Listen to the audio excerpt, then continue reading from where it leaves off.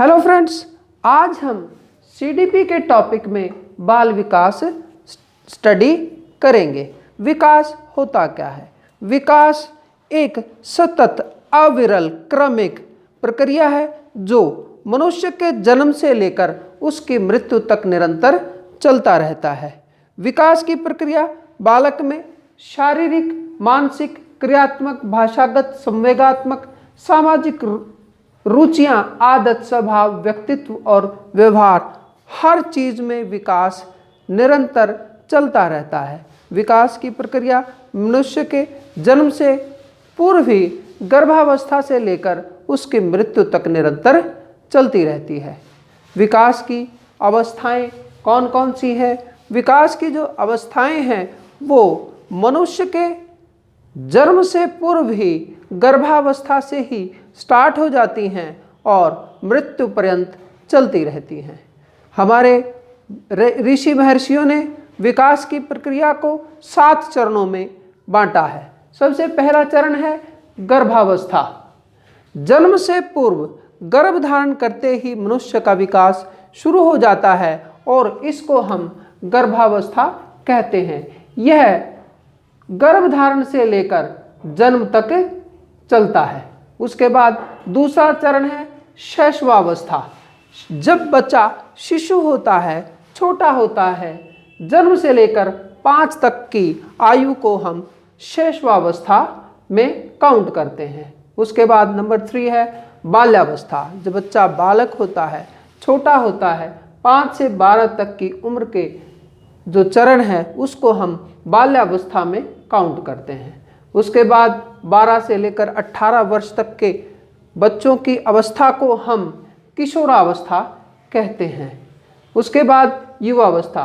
18 से लेकर 25 वर्ष तक के बच्चों को हम युवावस्था में काउंट करते हैं। 25 से लेकर 55 तक के व्यक्ति को हम प्रौढ़ावस्था में तथा 55 से लेकर मृत्यु पर्यंत तक हम वृद्धावस्था में काउंट करते हैं। लेकिन मित्रों, आजकल के विद्वानों ने इसको केवल 4 चरणों में बांटा है। सबसे पहला चरण है शैशवावस्था।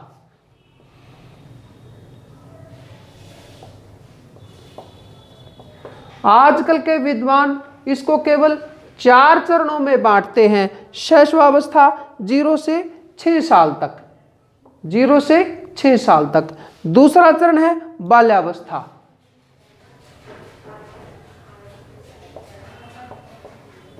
इसको 6 से 12 साल तक काउंट करते हैं। उसके बाद तीसरा चरण होता है किशोरावस्था।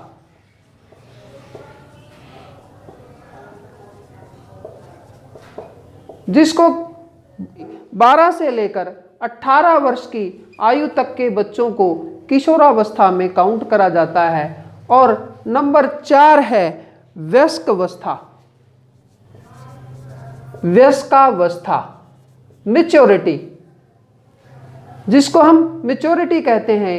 ये 18 से लेकर लास्ट मृत्यु पर्यंत तक इसको माना जाता है। इसके बाद है वृद्धि और विकास में अंतर क्या है? वृद्धि और विकास में बहुत अंतर होता है। वृद्धि जो है, वृद्धि का प्रयोग हम परिमाणात्मक परिवर्तन, जैसे बच्चे का बड़ा होना, ऊंचा होना, उसकी ऊंचाई, उसकी लंबाई, इससे हम वृद्धि को परिभाषित करते हैं। परंतु विकास का प्रयोग परिमाणात्मक तो होता ही है, इसके साथ साथ कार्य कुशलता, व्यवहार, उसके मानसिक विकास और उसके ऑल ओवर डेवलपमेंट से माना जाता है। इसका क्षेत्र, वृद्धि का क्षेत्र सीमित होता है। एक विशेष आयु तक ही मनुष्य की वृद्धि होती है। परंतु विकास एक विस्तृत अर्थ है। वृद्धि तो इसका मात्र एक पार्ट है, एक भाग है। वृद्धि आजीवन नहीं चलती, परंतु विकास एक सतत प्रक्रिया है। ये ताउम्र चलता रहता है। बच्चे की शारीरिक वृद्धि हो रही है, इसका अर्थ यह नहीं है कि उसका विकास भी हो रहा है। बच्चे के विकास के लिए वृद्धि आवश्यक नहीं है। बच्चा यदि ज़्यादा लंबा, ज़्यादा चौड़ा या ज़्यादा ऊंचा नहीं है तो भी उसका विकास हो सकता है। जिस तरह से हमने वृद्धि तथा विकास में अंतर को पढ़ा, उसी तरह से वृद्धि और विकास में बहुत गहरा संबंध होता है। वृद्धि विकास का ही एक पार्ट माना जाता है। मनुष्य की वृद्धि और विकास, इन दोनों के संबंध को हम पढ़ेंगे। शारीरिक वृद्धि व विकास, इसके अंतर्गत बालक के शरीर के बाह्य और आंतरिक अवयवों का विकास होता है। शरीर के बाह्य परिवर्तन जैसे मोटाई, ऊंचाई, लंबाई आदि में वृद्धि स्पष्ट दिखाई देती है, परंतु आंतरिक अवयवों के बाह्य रूप हमें दिखाई नहीं देते, किंतु शरीर के भीतर इनका विकास होता रहता है। शारीरिक विकास एवं वृद्धि की प्रक्रिया मनुष्य के उचित समायोजन और विकास के मार्ग में एक महत्वपूर्ण भूमिका निभाती है। मानसिक विकास, संज्ञानात्मक विकास से तात्पर्य बालक की उन सभी मानसिक योग्यताओं एवं क्षमताओं में वृद्धि और विकास से है जिनके परिणाम स्वरूप वह निरंतर बदलता रहता है और अपने अंदर मानसिक शक्तियों का पर्याप्त उपयोग कर पाता है। अपना कल्पना करना, स्मरण करना, समस्या का समाधान करना, निर्णय लेना आदि इसमें शामिल है। उसके बाद है भाषाई विकास। भाषा का विकास एक प्रकार का संज्ञानात्मक विकास है। मानसिक योग्यता की इसमें महत्वपूर्ण भूमिका होती है। भाषा का तात्पर्य है वह सांकेतिक लिखित माध्यम से अपने विचारों एवं भावों का एक दूसरे के सामने प्रेषण कर पाता है। भाषाई योग्यता के अंतर्गत मौखिक, अभिव्यक्तिक, सांकेतिक, अभिव्यक्तिक, लिखित अभिव्यक्तिक शामिल हैं। भाषाई योग्यता एक कौशल है जिसे अर्जित किया जाता है। इस कौशल को अर्जित करने के लिए बालक के जन्म के साथ ही यह प्रक्रिया प्रारंभ हो जाती है। उसके बाद सामाजिक विकास। मनुष्य एक सामाजिक प्राणी है। बालक में सामाजिक भावनाओं का विकास जन्म से ही शुरू हो जाता है। वृद्धि एवं विकास के अन्य पहलुओं की तरह ही सामाजिक गुण भी धीरे धीरे पनपता रहता है। इन गुणों के विकास की प्रक्रिया जो बच्चे के सामाजिक व्यवहार में वांछनीय परिवर्तन लाने का काम करती है, सामाजिक विकास का सामाजिकरण के नाम से जानी जाती है। सामाजिक वृद्धि एवं विकास का अर्थ होता है एक दूसरे को भली भांति समझना और अपनी योग्यता के अनुसार उसके साथ समायोजन करना। उसके बाद है संवेगात्मक विकास। संवेग जैसे शब्द से ही हमें पता लग रहा है, संवेग का अर्थ होता है भाव। संवेग जिसे भाव भी कहा जाता है, इसका अर्थ होता है ऐसी अवस्था जो व्यक्ति के व्यवहार को प्रभावित करती है। भय, क्रोध, घृणा, आश्चर्य, स्नेह, विषादी इत्यादि संवेग के उदाहरण होते हैं। यह आयु बढ़ने के साथ साथ इनका भी विकास होता रहता है और इनमें परिवर्तन होता रहता है। इसके बाद है बाल विकास के सिद्धांत। बालक के शारीरिक, मानसिक एवं अन्य प्रकार के विकास कुछ विशेष प्रकार के सिद्धांतों पर ढले होते हैं। इन सिद्धांतों को हम डिस्कस कर रहे हैं। नंबर 1, निरंतरता। विकास एक सतत प्रक्रिया है। यह निरंतर चलता रहता है और जीवन पर्यंत विकास का कार्य होता रहता है। नंबर 2 है विकास की एक रूपता। यह सिद्धांत बताता है कि विकास की गति एक जैसी न होने तथा पर्याप्त व्यक्तिक अंतर पाए जाने पर भी विकास में कुछ एक रूपता के दर्शन होते रहते हैं। इस क्रम में एक ही जाति विशेष के सभी सदस्यों में एक जैसी विशेषताएं हम देखते हैं। उदाहरण के लिए मनुष्य जाति के सभी बालकों की वृद्धि सिर की ओर प्रारंभ होती है। इसी तरह बालकों के गत्यात्मक और भाषा विकास में भी एक निश्चित प्रतिमान और क्रम के दर्शन पाए जाते हैं। उसके बाद व्यक्तिक अंतर का सिद्धांत।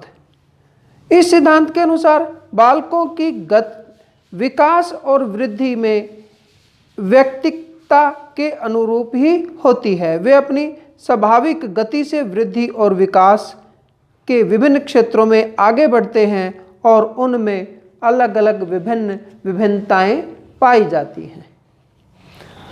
उसके बाद वृद्धि एवं विकास की गति एक सी नहीं होती।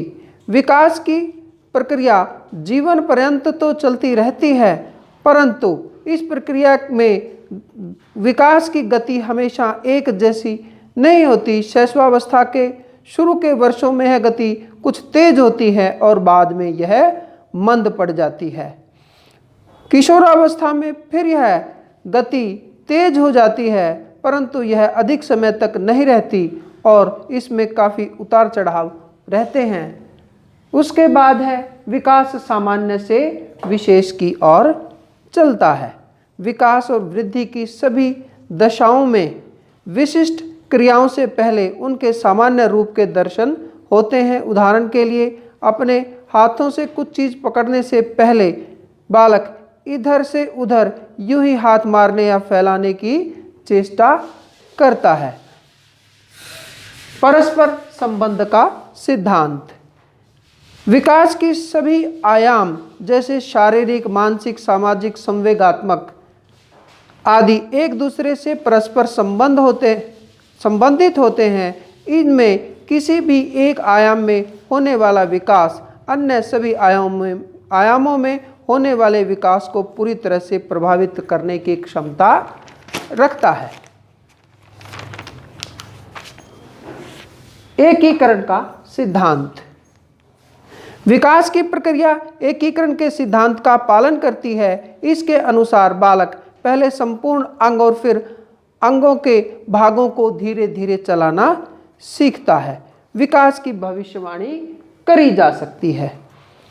एक बालक की अपनी वृद्धि और विकास की गति को ध्यान में रखकर उसके आगे बढ़ने की दिशा और स्वरूप के बारे में भविष्यवाणी की जा सकती है। जैसे एक बालक की कलाई की हड्डी का एक्सरे किरणों से लिया जाने वाला चित्र यह बता सकता है कि उसका आकार प्रकार आगे जाकर किस प्रकार का होगा। विकास की दिशा का सिद्धांत।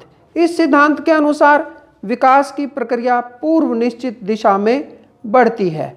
विकास की प्रक्रिया की यह दिशा व्यक्ति के वंशानुगत, वातावरण कारकों आदि पर प्रभावित होती है। इसके अनुसार बालक सबसे पहले अपने सिर और भुजाओं की गति नियंत्रित करता है और उसके बाद टांगों की नियंत्रित करता है। उसके बाद है विकास लंबवत नहीं वर्तुलाकार होता है। बालक का विकास लंबवत सीधा न होकर वर्तुलाकार होता है। यह एक सी गति से सीधा चलकर विकास को प्राप्त नहीं करता, बल्कि बढ़ते हुए पीछे हटकर अपने विकास को परिपक्व और स्थायी बनाते हुए वर्तुलाकार आकृति की तरफ आगे बढ़ता है। वंशानुक्रम एवं वातावरण का संयुक्त परिणाम होता है। बालक के वृद्धि और विकास की किसी स्तर पर वंशानुक्रम और वातावरण दोनों का ही असर होता है। दूसरे शब्दों में हम कहें, वृद्धि और विकास की प्रक्रिया में वंशानुक्रम जहां आधार का कार्य करता है वातावरण, वहीं पर आधार बनाए जाने वाले व्यक्तिगत संबंध भवन के लिए आवश्यक सामग्री एवं वातावरण जुटाने में सहयोग करता है। अंतः वृद्धि और विकास की प्रक्रियाओं में इन दोनों का समान महत्व दिया जाना आवश्यक हो जाता है।